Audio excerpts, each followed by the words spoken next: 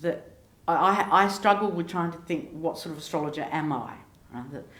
And I've worked out that I'm a humanistic, post-medieval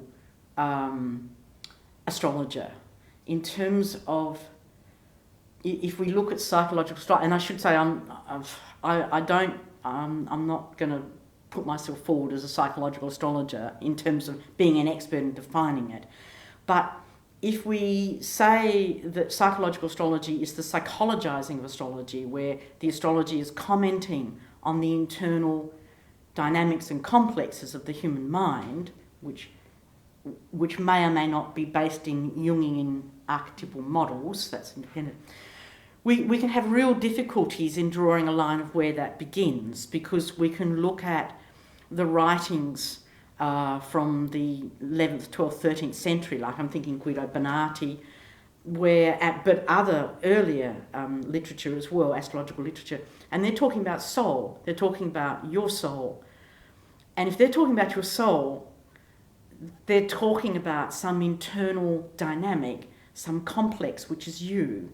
And they might not be breaking it up into Jungian archetypes, obviously, because they're not using that, but they are going to break it up into a sense of sensual needs and intellectual needs and spiritual needs. So it's all there, just with other labels. So I think, first of all, I think astrology has always looked at internal and external cosmologies. It's always looked at a sense of, here you are, and you have character, you have soul, you have divine reason, whatever words you want to use, depending on whether you're Hellenistic or Islamic astrology or early medieval or European, whatever. You've got these words, and nowadays we'd call it sort of like a Jungian archetype type of situation. But so we've always had that for a start. In the mid-70s, so 1975, 1976, we actually get the emergence of a whole new themes in astrology, all in the same year. And all in the three people published their first books in 1970, it was 75 or 76, I just can't remember.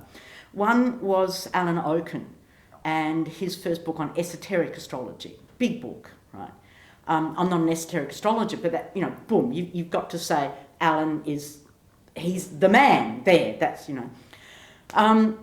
other person who published was Robert Hand for the first time. So he's, of course, this more Aristotelian, traditionally orientated type of astrologer, and I'm probably doing Robert a terrible injustice by that collapsing. And the third person was Liz Green on Saturn. And so that I find that fascinating, that those three books came out in the same year. And in a sense, they set forward a whole new discourse in astrology. It had been there before. Oken's work builds on Rajah's work, and which builds on Alan Leo from the Theosophical Society, etc. Hand's work is deeply Aristotelian in a contemporary fashion.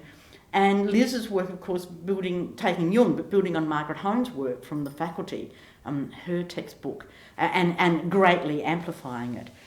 So we get these three great new pulses in astrology. And then what actually happened, it seemed to me that it seemed to polarize. Like people decided that they were going to do this, or they were going to be esoteric, or they were going to follow Liz's model, which is more of the psychological model. And it sort of they seem to be exclusive, and I don't think they ever were exclusive. And indeed, I think if you talk to Rob, you talk to Alan, you talk to Liz, they would say that they weren't exclusive either, do you know? But the disciples of these people made it exclusive.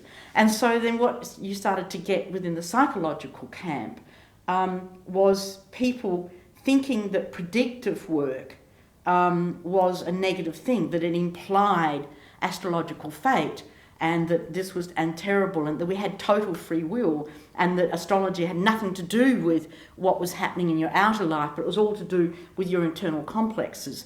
So in other words, astrology was only the internal cosmology and cut off the external cosmology. And I think at any position, then you got, as a reaction, you got the traditionalist camp building up, where that really hated the psychological, and that, you know, it was only external and etc. and everything else was just navel gazing. And the truth is, it's never been. Astrology's always been inner and outer. And if you actually talk to Alan, Rob, or Liz on those things, they'd be absolutely agreeing with that. So yes, so in my own position is, I mean, I love psychological astrology. I love what Jung, bringing Jung into astrology, how it's enlivened, it's given us a much more appreciation of myth, and it's made it three-dimensional and rich in its internal dynamics. But also I love the resurgence in postmodern astrology in terms of the resurgence in medieval literature from the 1990s, and suddenly the rediscovery of the rich, complex, beautiful lacework of medieval astrology. And just, sorry, I can go on about this for hours because it's one of those things. And I think what's important now to recognise that we do a mixture. We actually can't do medieval astrology now because we can't get into medieval culture. Our brain is not wired that way. We are post-Descartes, we're post-Newton, we're post the 17th century scientific revolution. And that's a huge impact on how we see the world and everything. Even if we don't want it, it's a huge impact. So we can't do it there. But what we can do is we can reach back and look at the way they used to think in some of their techniques and bring that forward and then apply it into our contemporary life. And that becomes to my mind, a very rich thing. And that's where you get the marriage. And I think more and more people now are taking that approach. And where you get a die-hard individual, maybe on the psychological camp that thinks prediction is terrible, that's such a unsupported position. It means that they haven't thought about anything, because if you look at a horoscope, which is the map for the moment of birth of an individual, and you say, they've got a Mars Pluto, you can say, wow, they're going to have real issues with anger and things like that. You're making a prediction. As soon as you talk about character or psychological traits or psychological complexes or the mythology the person has to live or anything like that, you are actually making a prediction. Yes, like Alice says always in her books. Yes. Character equals destiny. Yeah, you're making a prediction. So, and I mean, so people who say, prediction is really bad, then they're not actually sitting down and thinking about what they're doing. And as I said, when you get the people who are writing the books and setting these things up, they themselves don't support those fundamentalist positions.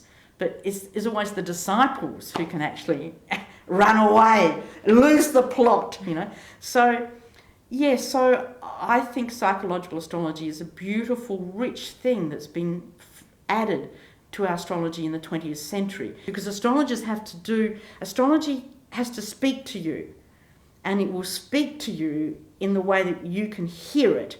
And so every astrologer will have a natural tendency for particular types of techniques or style or approach.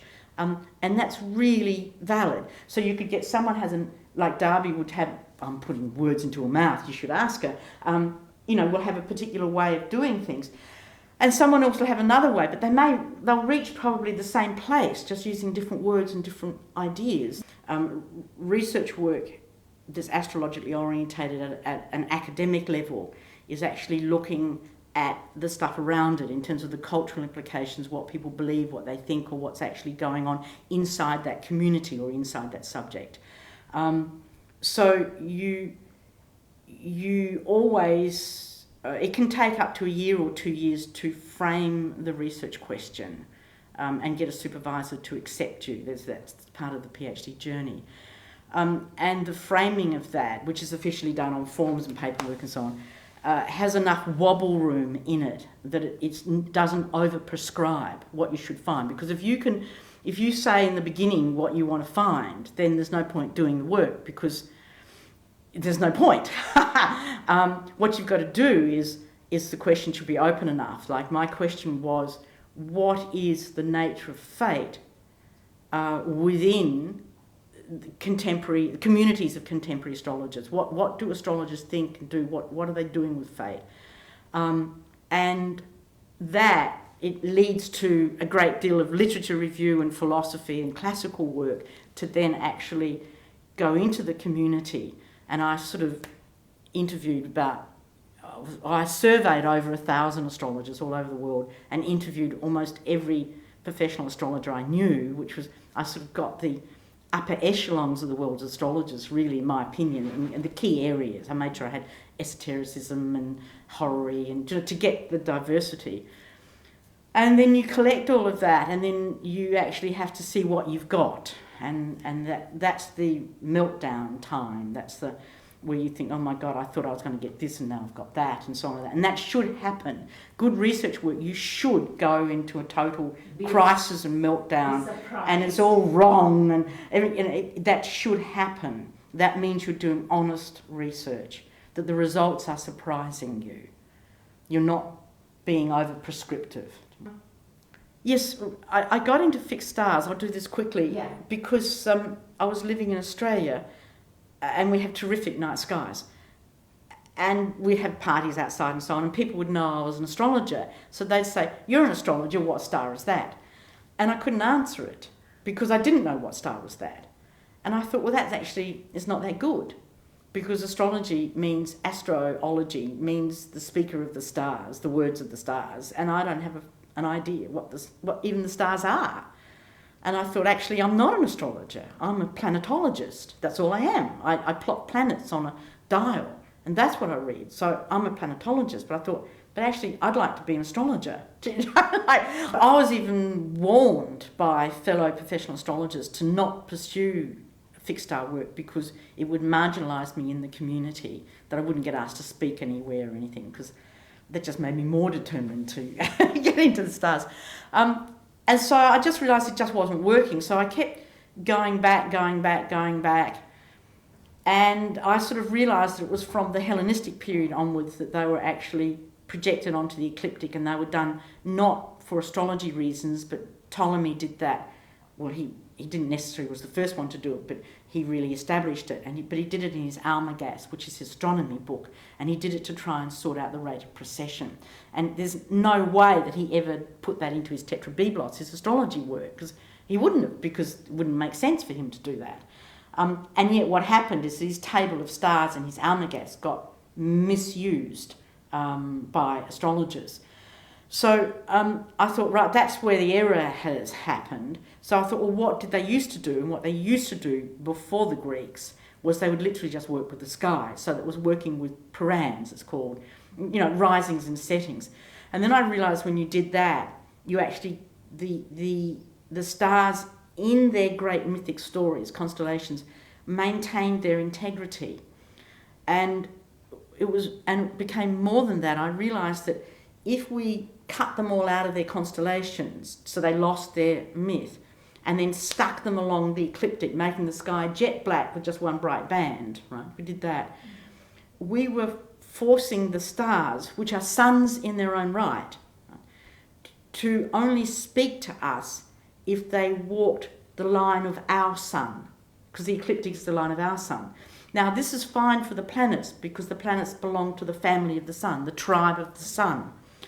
But the stars don't belong to the tribe of the sun. And so we had all these, if you think of it like an anthropologist, we had all these different cultures and ideas and languages and music and sound. We had all of this there, but we refused to listen to it unless they spoke our language. And I suddenly realised, for me anyway, this was a form of stellar racism. It's just offensive. It's deeply offensive to me. It's like saying, I'm not going to talk to that person because they're white or they're black or they're red or they're a Jew or they're a Catholic or they're a Protestant. It's the same thing. And yet, so I stepped back, and so I went out to meet them in their worlds, to hear their music, their poetry, their mythology, the mythology we've put on them for about the last few 100,000 years. We've been putting stories in the sky because the sky is safe. You can't lose it. It's there every night. You can talk to your kids about it. There it is. There's the story. You're not going to lose it. And when I did that, then a whole thing opened up. of meanings and mythology, and that's what I've been writing about since then. So I've written 2 books now and 1 software package to help astrologers do this.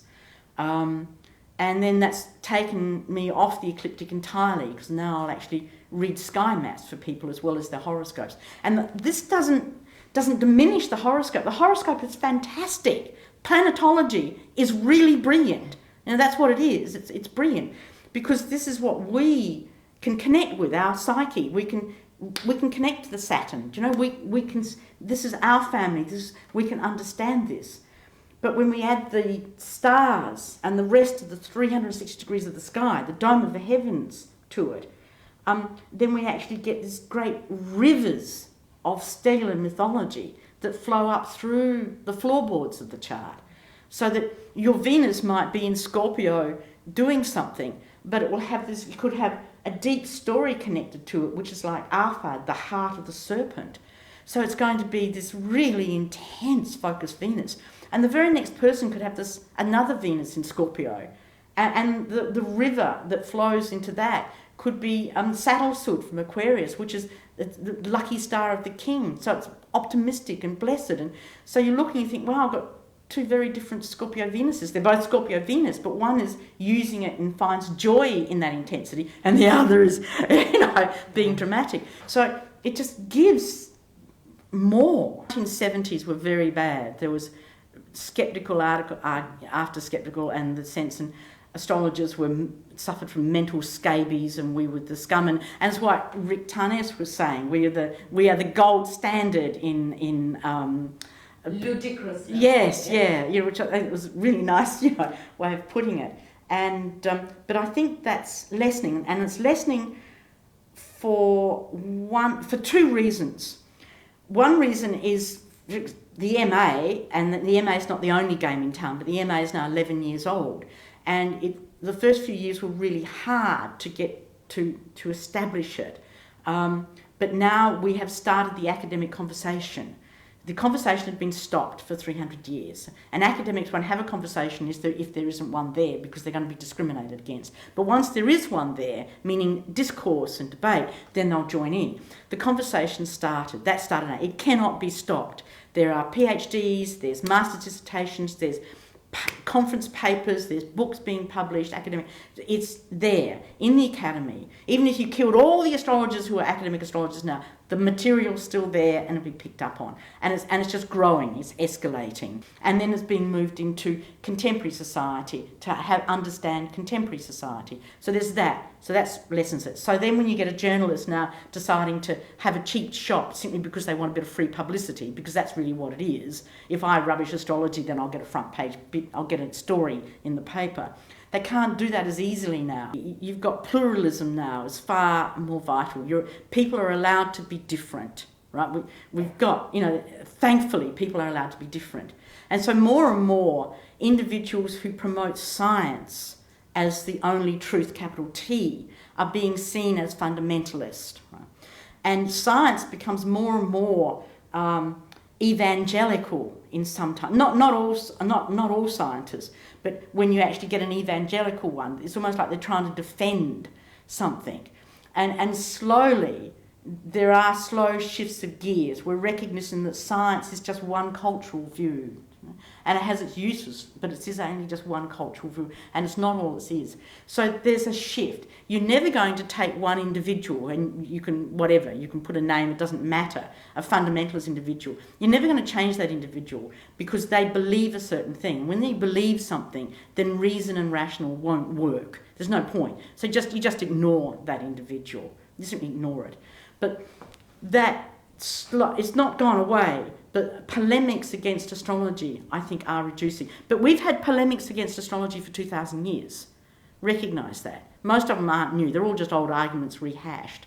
And so education helps that as well, of the astrologer. So if you bump into a polemic about astrology, you can say, well, yes, St. Augustine talked about that in the 3rd century, and the solution was put forward by such and such and did so and so.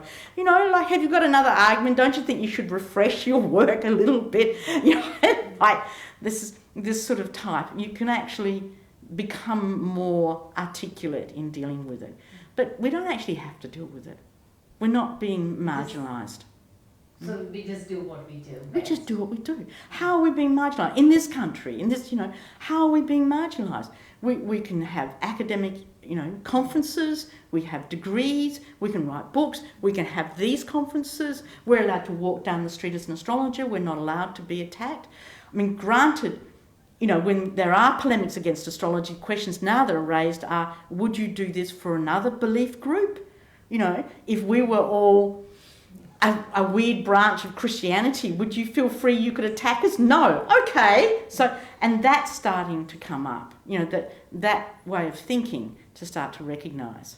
But yeah, maybe, everything in my chart's ruled by Jupiter, so I tend to be optimistic. But I tend to just ignore. If I get an individual that is levelling a polemic at me or whatever, that tells me more about their ignorance than anything else. And that's the attitude I take.